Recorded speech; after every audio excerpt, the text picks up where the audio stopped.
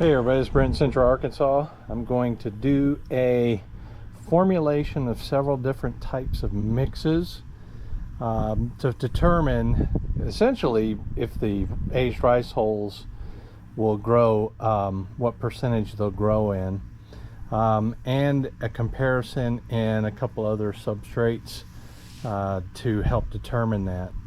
So in front we've got some sphagnum peat moss. Here we've got the composted aged rice hulls. We've got perlite back here, and we've got basic stay green potting mix here. So I'm going to have 100%, and those are the containers they're going to be going. I'm going to have 100% rice hulls to see how they work. I'm going to have a 50% peat, 50% rice hulls, 75% peat, 25% rice hulls. And then I'm going to have a substrate of peat with perlite in it and 100% of the potting mix here. And those will be the containers that I'm going to grow in. So to get percentages, I just took a cup there, basic solo or plastic cup. And it takes 4 of those to get to this level, which is just below the line here. And that'll be the growing height of the mix. So that'll also be easy to determine the 25-50% ratios and so on. Here are the 6 mixes complete. I'll take you on a little tour of the mix. This is 100% aged rice hulls. I have a video where I just got a load of that. I think it was 20 cubic yards. 75% aged rice hulls and 25% sphagnum peat moss here. We've got 50% rice hulls, aged rice hulls, and 50% sphagnum peat moss in this one. And this one is 25% aged rice hulls and 75% peat moss in here. That one's a nice looking mix. This one is 75% peat moss, sphagnum peat, and 25% perlite, which that is kind of a common mix, an easy seed starting mix. And then this one is 100% of the stay green potting mix that was in the bag I showed you. I'm going to take you now so we can read what the ingredients of those are, of this bag right here. It says this potting mix is regionally formulated from materials derived from one or more of the following: reed sedge peat, recycled forest products and or composted rice hulls, sphagnum peat moss, horticultural perlite, ground dolomitic limestone for a pH adjuster, a wetting agent, and a water holding polymer crystals. Product may vary from region to region. In Georgia, if we're not in Georgia, this product also contains 50 to 60% composted pine bark. I kind of wish it did. It also has sphagnum peat moss, horticultural peat perlite, ground dolomitic limestone, and a wetting agent. Man, I wish I was in Georgia. That's much better sounding mix than the rest of the country gets. Let's see if it goes any further. In California and Idaho, this product contains recycled forest products, sphagnum peat moss, horticultural perlite, ground dolomitic limestone. There's a pH adjuster, wetting agent, blah, blah, blah. In New Hampshire, wow, product contains reed sedge peat, recycled forest products, sphagnum peat, horticultural perlite, ground dolomitic limestone, a wetting agent, blah, blah, blah. So it's got all those potentials there, but we're in Arkansas, so it's got to be the top one here. I also looked in the mix here, and I don't see any rice hulls in it. I'm pretty good at detecting rice hulls. I've worked with them for many, many years. So anyway, that's what the 6 mixes are. Now I need to get in the house and pick several different vegetable starts. We're going to grow them for about 30 days, maybe 4 weeks, before we head on our New England trip for leaf peeping season. All right, here they are in my grow room. It's perfect temperature for making starts. right now. It may get a little warm during the day depending on how hot it gets outside, but I think everything will start off nice. So we've got 100% rice hulls, 75% rice hulls, 50% rice hulls, and 25% rice hulls. The other percent is peat moss. Then we've got 75 peat, 25 perlite, and then 100% stay green. Those are what the formulas I just talked, or the mixes I just talked about. So what I'm doing now is I'm adding a water-soluble fertilizer. This is Master Blend, and what I'm doing here primarily, besides just prepping the soil, is I'm getting the rice hulls charged, because rice hulls, even though they're well aged, they can tie up nitrogen depending on how well aged they are. So what I'm doing now is wetting the soil to get them ready for the seeds, and also charging the rice hulls, which I'm hoping it will be a good growing medium to grow everything I need to grow in my containers, provided I do a charging with nitrogen. In other words, using water-soluble fertilizer, which is primarily what I do. So yep, that's what I'm gonna do. I'm gonna get these ready, and then I'm gonna go get the seeds. These are the seed I'm gonna use for the trial. I've got Purple Dog Creek saved from a recent grow, probably I'd say 6 months old at the oldest. I've got Tahitian Melon Cross saved seed. I don't know what I got pollinated with, so that'll be just a good generic cucurbit to check. And I've got bell pepper here. And so those are the 3 most common types of vegetables I grow. I grow a lot of tomatoes, I grow a lot of squash, and I grow a fair amount of pepper. So these 3 will cover more or less the realm of what I garden in, and would be a good test. So I soaked the seed overnight, and the reason why I did that was to ensure even germination across all plots. As you know, growing tomatoes and peppers especially, the germination is all over the place. Well, soaking helps kind of even that out. So that's what I did. I'm going to set up the pots now for the grow, and I'll show you what that looks like. All right, I planted 3 squash in 3 holes here, 5 pepper, and 5 tomato. Same exact format in all 6. 3 squash, 5 pepper, 5 tomato. 3 squash, 5 pepper, 5 tomato. And all those, you might not be able to see them very clearly because the seeds are small, but I'll cover those up and I'll bring you back as they grow. They've all started coming up, the squash has, but they're not all even. Some are a little faster than others. The 100% rice hulls, all 3 are up, and I can't help but try to pull these seed casings off.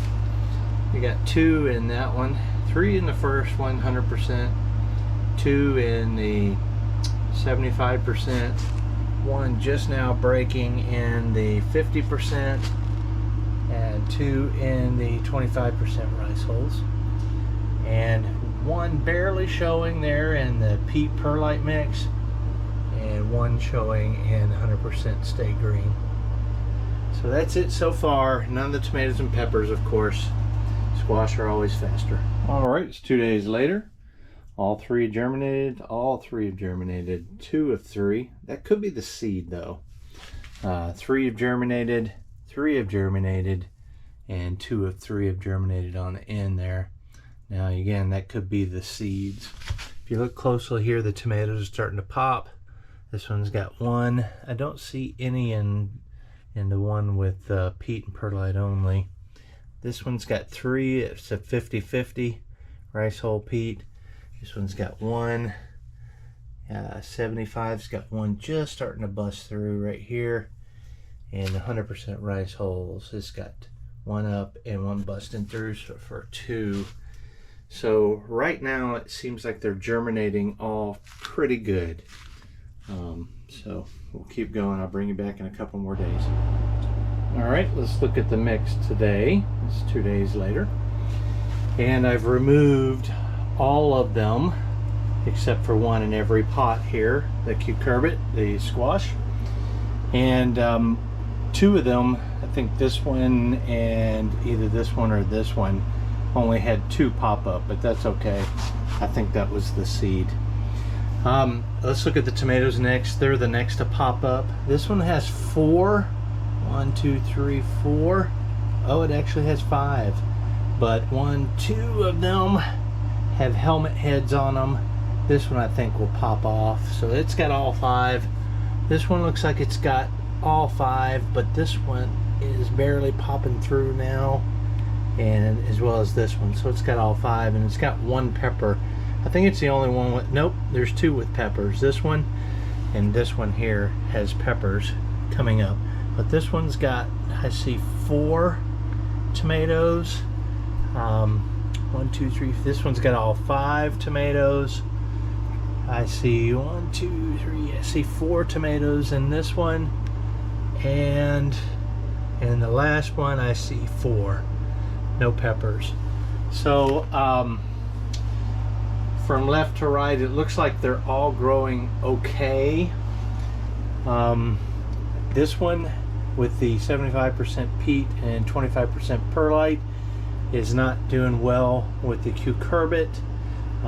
All 2, I think there was 2 in this one that I already cut off. No, there was 3, and all 3 did not look good. The leaves are kind of not wanting to fill out. So we'll pay attention to how they grow. If you take this one and then you compare it to this one and even these 2 here, which are exceptional growing right now, you can tell a big difference with the cucurbit. So what we're going to do now is continue to let them grow, and we will whittle the 1 tomato, 1 pepper, and 1 cucurbit to continue to grow until I decide I've had enough, and determine kind of if it's a viable medium to grow in. So that's what we're doing, and that's what it looks like today. Again, 2 days later, let's look at the 100% rice hulls. You can see that the cucurbit here, the squash, has got a little bit of yellowing going on, a little chlorosis of the leaves. I don't know if it's tying up nitrogen, so priming the holes with more additional nitrogen may help there. We've got, it looks like 2 peppers and 4 tomatoes, so I'll remove 3 of those tomatoes and we'll let the peppers continue to come along. So it looks like we got 80% of tomatoes there. Over here I see 1, 2, 3, 4, 5 tomatoes and 2 peppers in the 75% rice hulls, and the squash looks like it's doing about the same, maybe a little less light colors coming in there. So, oh, there's 3 peppers in this one, 75%. The 50-50, 50 rice hulls, 50 peat. We've got 1, 2, 3, 4. There's a 5th one down here, but it's not going to develop because the seed casing stuck to it. And I don't see any peppers at all. The 25% rice hulls, 75% peat. The squash looks nice and healthy green, but it's smaller. It doesn't have near the size of the other 2 here. We've got, looks like well, it looks like 2 of the tomatoes, it looks like 4 tomatoes came up, but 2 of them rotted off. I know with such a high percentage of peat, that's a really wet environment for the seed. I see 1, 2, 3, 4. All 5 peppers are coming up in this one. This is 75% peat and 25% perlite. I see 1, 2, 3, 4 tomatoes and 2 peppers my eye catches. And the little squash is pretty tiny, and the true leaf isn't developing much. And over in the Stay Green mix, I've got all 5 tomatoes. Wait a minute, 1, 2, 3, 4 tomatoes and 2, 3 peppers coming up here. This one's got a little seed casing stuck on the tip that I just pulled off. So I see 3 peppers in that one. Here's a little something Yep, that's a pepper too, so 4 peppers. And the squash looks sort of okay. It's a little funky shaped. Anyway, I'm going to remove some of the tomatoes to the most healthy one, and I'm going to basically cut them as needed to make sure I get a representation of tomato, pepper, and squash. And we'll continue to grow for another 2.5 weeks until I depart for New Hampshire, and we'll just see how the different grow mediums come along. And if I haven't said it already, the reason why I'm doing this is because rice hulls, aged rice hulls, are really inexpensive, and I have a huge pile out there. And if I can use more rice hulls in the mix, that's better for me expense-wise. All right, let's look at the update here. You can see the cucurbit here seems to be lacking, or whatever's occurring in the mix is creating issues by trapping or preventing nutrient from getting to parts of the plant. It's a little lighter color, but it's good size. The one next to it, 75% rice hull, is a little bigger, has a little better color, so it's telling me that it has to do with potentially the rice hulls. The one next to it at 50-50, it's got good color, it's got a little bit of deficiency. Then we get to the 25% rice hull, 75 peat, and the color looks better, but it's a little wimpy. It's not as full. Then we get to 75% peat, 25% perlite. It's kind of stunted. The true leaves aren't coming out. And then we get to the stay green, which is similar to the plain rice hulls. It's very much showing the same things. And the stay green, I believe, has a lot of wood product in it. So it might have something to do with a type of nitrogen and potentially magnesium not making it into the leaves.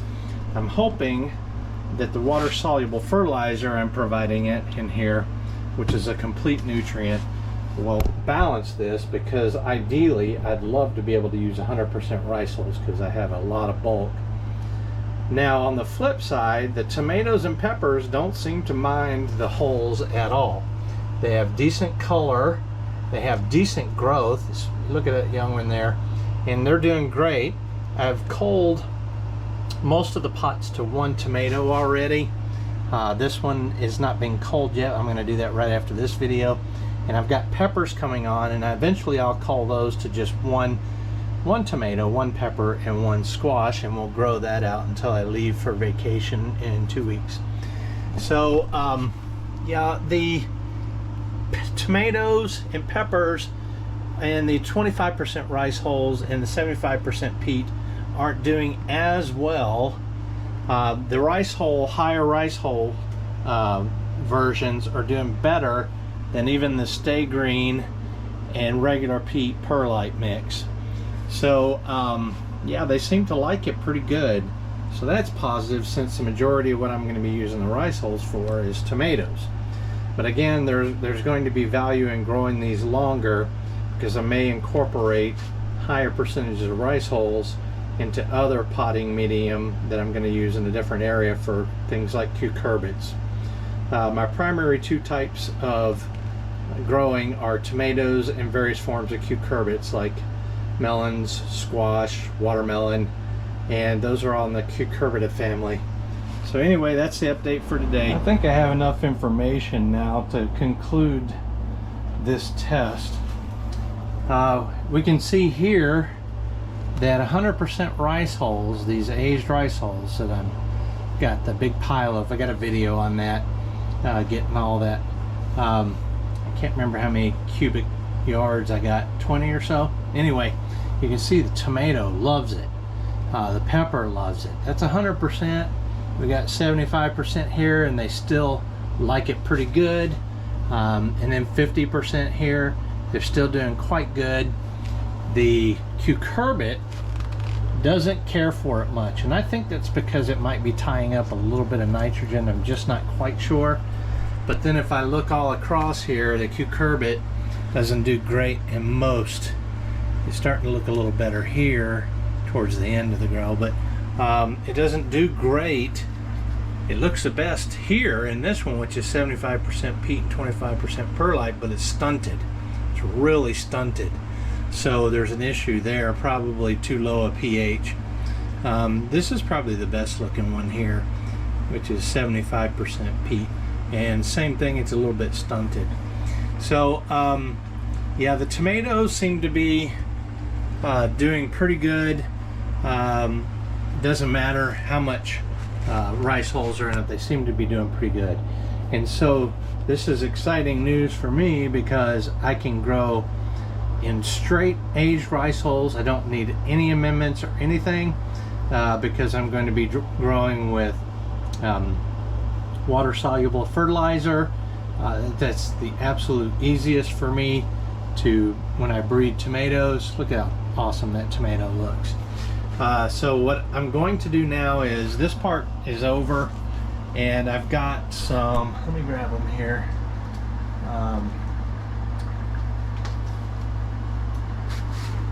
I got these out of the main garden. These are my little cherry tomatoes, red and orange cherry bear, and I got some suckers off of them, and I'm going to grow them in 100% aged rice hulls over the winter.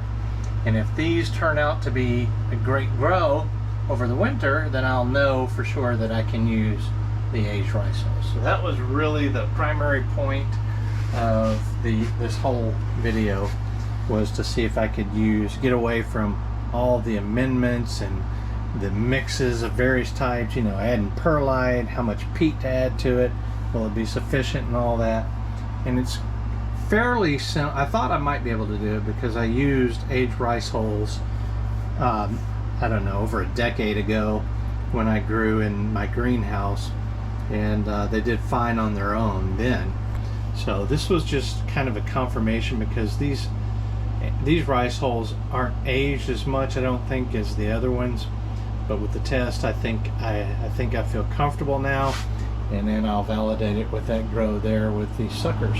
So I got a cage around them now, just to contain them while we're gone for 3 weeks, because yeah, they're gonna grow tall potentially and start falling all over the place, and I'm not gonna be here to string them up properly and all that.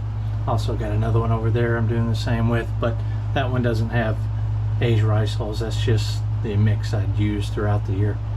So this was nothing but aged rice hulls, and we'll see how she does. So all of these suckers were started in the aged rice hulls only. That's the only amendment that's in there.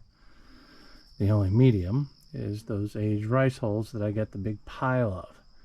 And look how beautifully these things are looking. I put many in there. I don't know how many there are, but they're just looking really, really good. So that's the great thing, is that I know now that I can definitively grow all my tomatoes in that one medium. How long do we gotta stay?